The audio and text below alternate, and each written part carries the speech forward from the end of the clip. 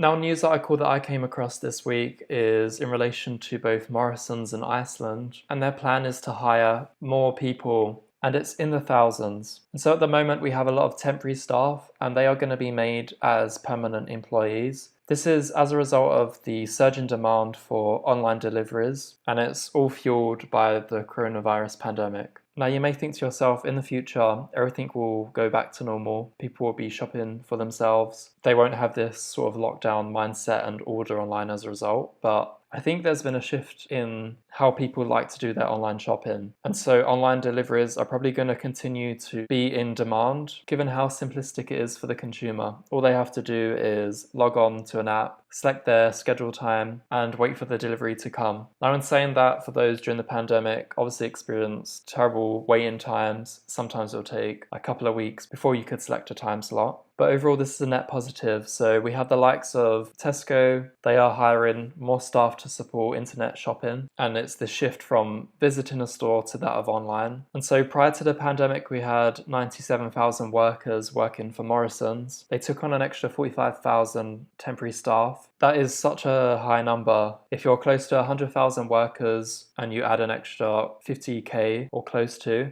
you've literally increased 50% of the workforce. And given that they're going to be keeping this workforce as permanent, this is a massive ramp up. Now, what's even more exciting here, as an investor, you've got the likes of Morrisons, which is partnering with Amazon and Deliveroo, and it's going to allow customers to do a full Morrisons shop using Amazon UK. So we're starting to see this cross blend between different online services. This is just going to drive demand even further. And so as an investor, this is a net benefit. Now, of course, on the back office of Morrisons, to make sure all these online deliveries take place, you still need people collecting the right products. And so there's more demand in-house as well as a result. Now, Iceland operates at a much smaller scale, but their plan is to have more than 3,000 workers. There's been an increase since March, and there'll be more of an increase up until Christmas. And so there'll just be a higher demand for those home deliveries during the period. Now, it's important to know that Iceland has said that the demand shows no sign of slowing down. There is always the concern that in the long term, some of the demand that they experience does settle down, but having more jobs available is a net benefit for the company and for the UK in general. And it's not only Morrisons that are dealing with partnerships, we have Iceland as well, partnering with Uber Eats in London, and they'll be making deliveries from their Hackney store. And then with the likes of Tesco, they mentioned a couple of months ago that they'll be creating over 16,000 jobs. We have Amazon, they've just seen increased demand as well, so 7,000 jobs there as well. And so an additional 7,000 jobs will be created towards the end of this year to meet all the growing demand there. Now, of course, not everything is positive. There's been thousands upon thousands of people that have lost their job in the UK. We have a statistic of more than 300,000 redundancies from June and July, and we're still seeing the impact as a result.